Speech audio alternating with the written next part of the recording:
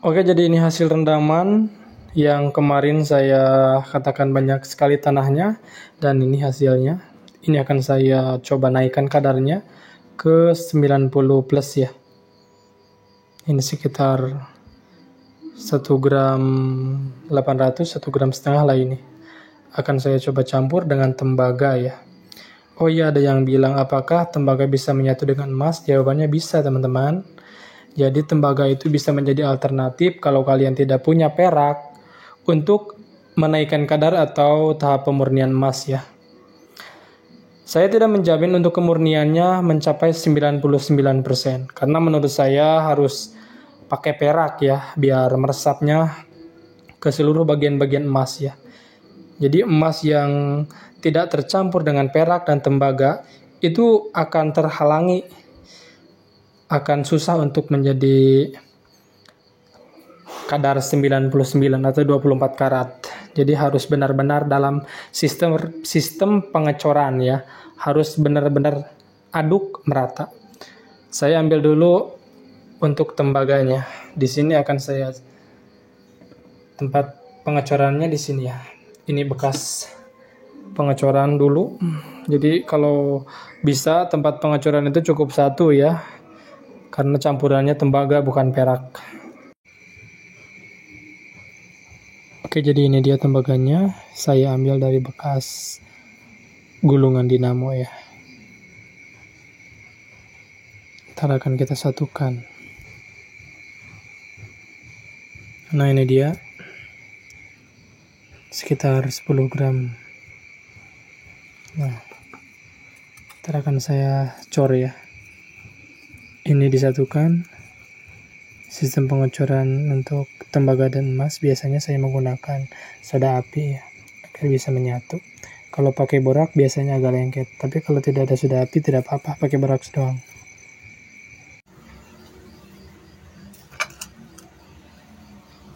Oke, jadi ini dia setelah pengecoran ya.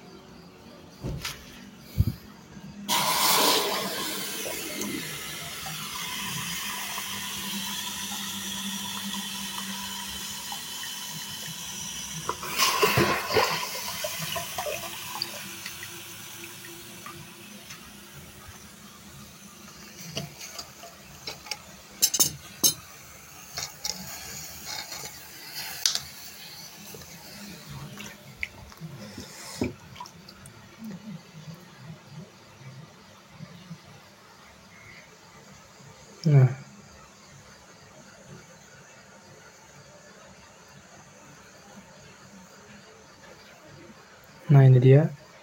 Yang hitam-hitam tadi itu ini di sini nih letaknya. Gak tahu ini logam apa, kayaknya perunggu ya. Yang hitam-hitam ini. Dan di sini banyak sekali pengotornya. Bercampur dengan emas. Yang merah ini tembaga nih. Ini yang menutupi emas.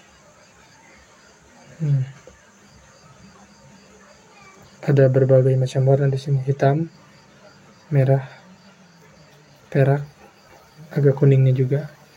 Oke, sekarang kita murnikan.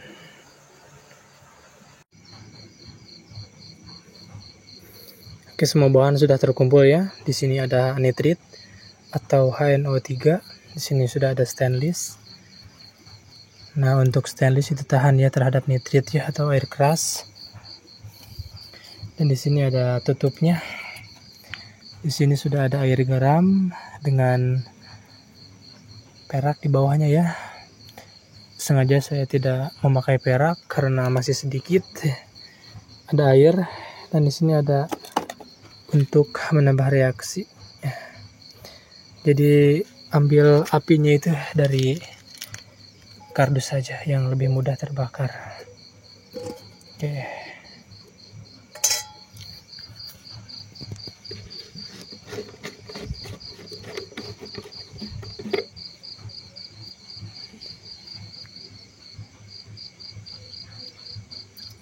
Oke, sedikit dulu saja. Nah, sudah bereaksi.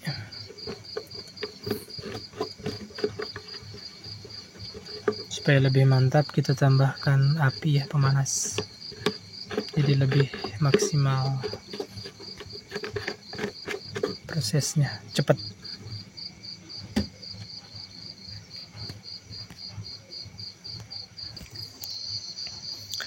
Nah, seperti ini. Kenapa harus pakai tutup panci seperti ini? Jadi enak guys, di sini kan ada lubang nih. Tuh. Untuk keluar angin. Untuk keluarnya udara yang ada di dalam ya. Jadi kalau misalkan kita tidak ingin udaranya kotor, kita pakai ini aja nih.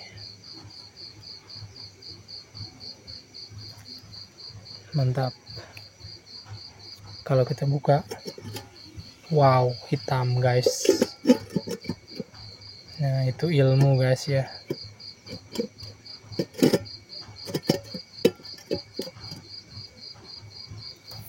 Oke.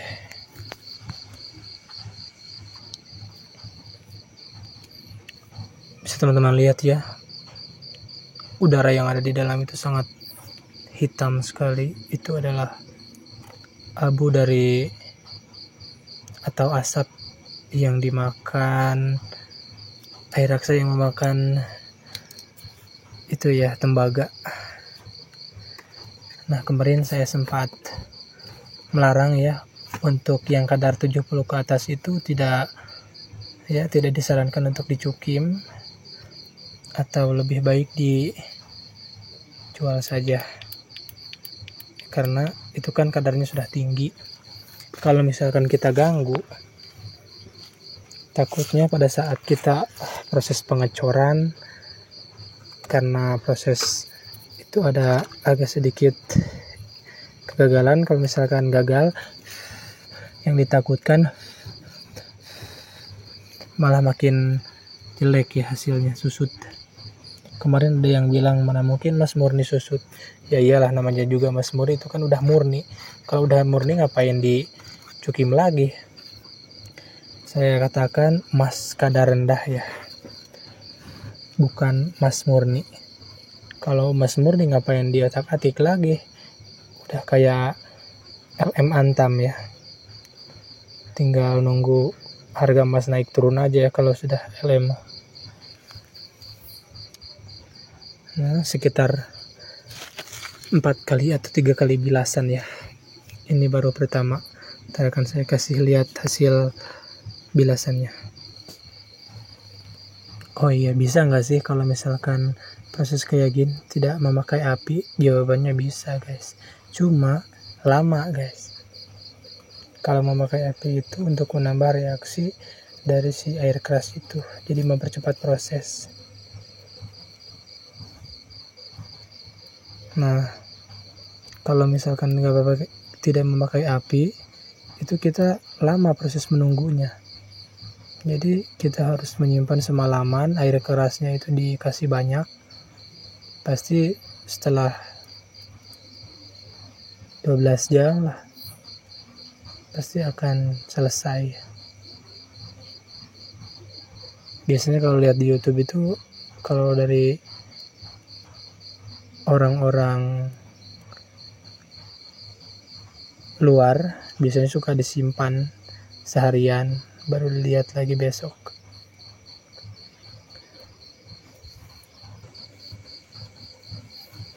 Oke, setelah sekitar 10 menit ya, kita lihat. Wow.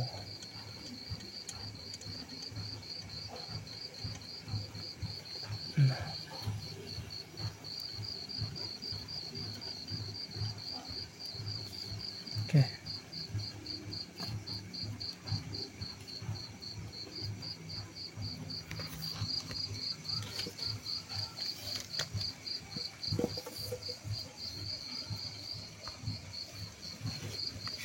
Kita kasih air.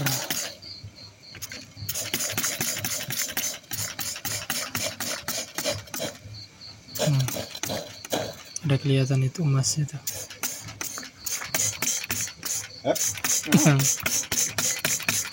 Biasa hidung.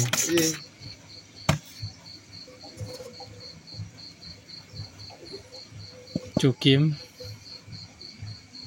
Aduh.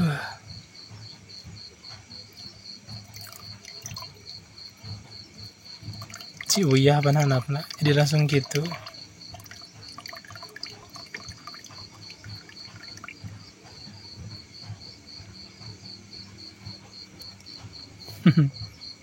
Kudu 2 kali deh ya teh.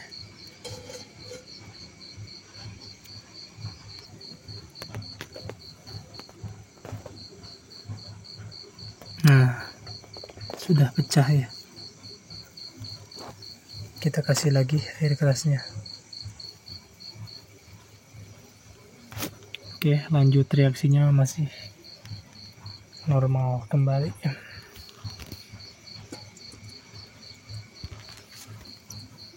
Tutup guys.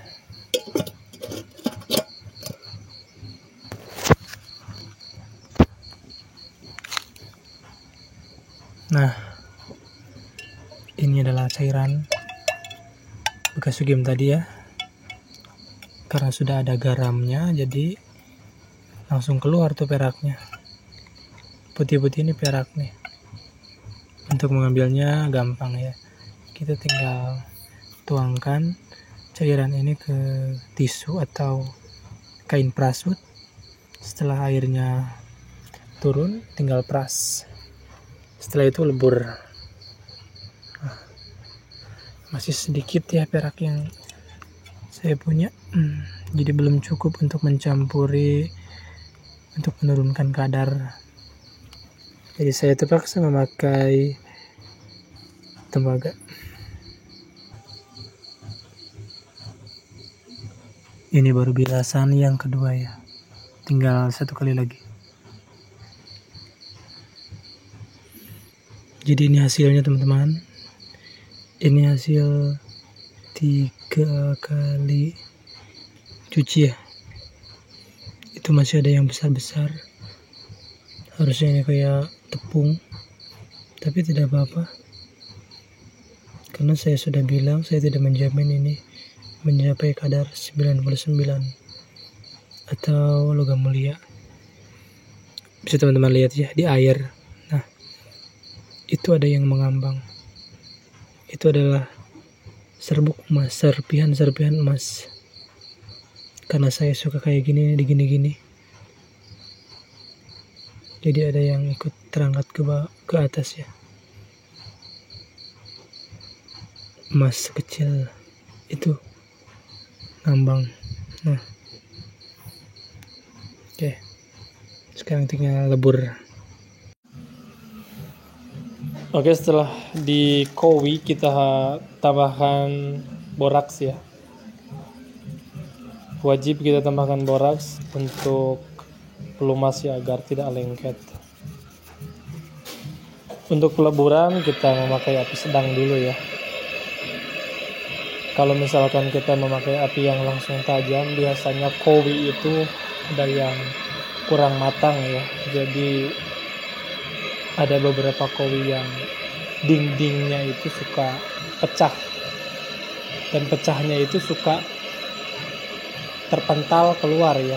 Jadi debu-debu emas itu bisa ikut karena pecahan-pecahan akibat panas yang dihasilkan oleh oksigen atau alat pelebur ini. Nah, wajib dikasih boraks ya. Dengan adanya boraks, kowi juga lebih kuat ya, karena terlumasi oleh boraks. Biasanya kalau tidak pakai boraks, kowi itu suka pecah kecil-kecil dan membawa serbuk emas. Dan ini dia hasilnya ya. Untuk cukim ya, emas mau segede apapun, kalau kadarnya rendah pasti kecil hasilnya. Bukan kecil hasilnya ya, tapi susutnya kecil. Kalau kadarnya tinggi, misalkan di atas 80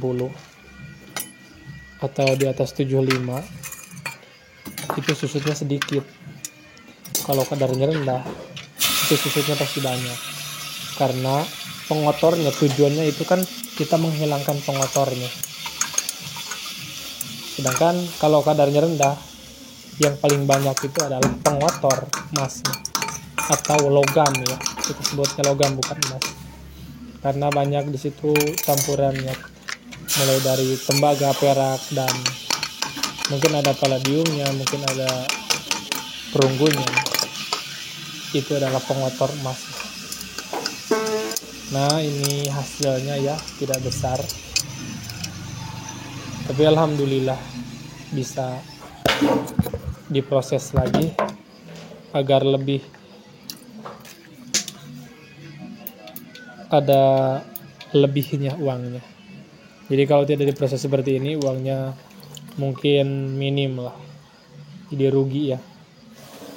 Akibat ada pengotor, kita tidak dihilangkan. Pada proses timbang air itu akan jauh harganya. Lebih baik kita murnikan saja. Meskipun susut ya, misalkan dari 1 gram atau dari 2 gram menjadi 300 mili, menjadi 800 mili, tapi itu murni emas. Meskipun masih ada ya campuran.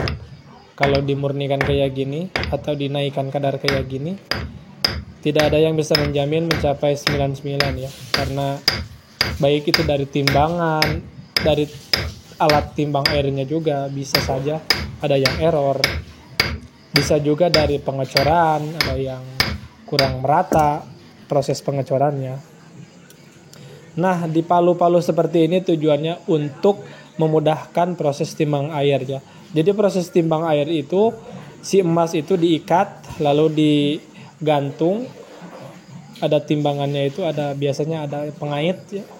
Lalu di bawahnya itu ada air, itu dinamakan timbang air, barulah keluar angka. Setelah itu biasanya dikalikan, ada rumusnya ya, baru per gramnya itu keluar berapa dikali kadar sekian. Jadi uangnya itu kelihatan hasil akhirnya. Dengan berat misalkan 600 mili, kadar 70 atau 97 baru keluar per gramnya. Oke, jadi ini hasilnya teman-teman. Jadi kadarnya itu ada di 97 ya. Kenapa saya selalu bilang setiap pemurnian saya tidak menjamin mencapai kadar 99 ya, atau 24 karat. Karena ada beberapa faktor ya, diantaranya timbangan itu tidak semua sama ya. Ada yang kadarnya bisa dikurangi, ada yang disamain, tapi gramanya yang diturunin, biasanya kayak gitu. Tapi tidak masalah. Ada faktor lain juga, diantaranya dari pengecoran ya. Kenapa saya pengecoran itu sangat penting? Jadi emas yang kadarnya misalkan rendah atau kadarnya 50 itu harus ditambah dengan perak atau tembaga untuk diturunkan ke kadar 25 atau kadar 20 ya. Nah, dari proses pengecoran itu biasanya tidak tercampur merata ya. Kalau misalkan tidak tercampur merata, efeknya ada di kemurnian seperti ini nih. Kadarnya harusnya 99 ya. Itu kan berarti tinggal 2 kadar lagi pengotornya harusnya kena. Tapi ya karena adanya segini saya jual, tapi tidak apa-apalah. Itu hanya salah satu contoh video saya cara proses pemurnian. Alhamdulillah segini juga. Jadi dari kadar 97 diterimanya itu 1.649.000 ya. Di saja itu 1.700.000 untuk emas LM ya, logam mulia kadar 99 atau 24 karat. Nah, jadi beratnya itu turun ya ke 620 mili. Taksiran saya itu 1 gram 800, 1 gram setengah ya. Kalau misalkan nggak dimurniin, mungkin cuma jadi dua uangnya itu sekitar 500.000. Mungkin antara 600 ribuan lah. Karena itu kotor banget. Oke, mungkin sekian. Kalau ada pertanyaan kalian tanyakan di kolom komentar. Semua pertanyaan sebetulnya sudah saya jawab ya untuk proses pemurnian, dan ini hasilnya. Meskipun tidak besar, mohon maaf ya, karena di saya itu susah untuk mencari emas. Kalau misalkan kalian ingin melihat emas-emas yang besar, kalian bisa lihat video si Rosidin Mekaki, terus bisa lihat si Nopel Indo, Tuah Alam. Itu emasnya luar biasa. Kalau pengen lebih besar lagi, emasnya emas Jawa ya. Bisa sampai 70 kilo itu. Oke, semoga bermanfaat. Wassalamualaikum warahmatullahi wabarakatuh.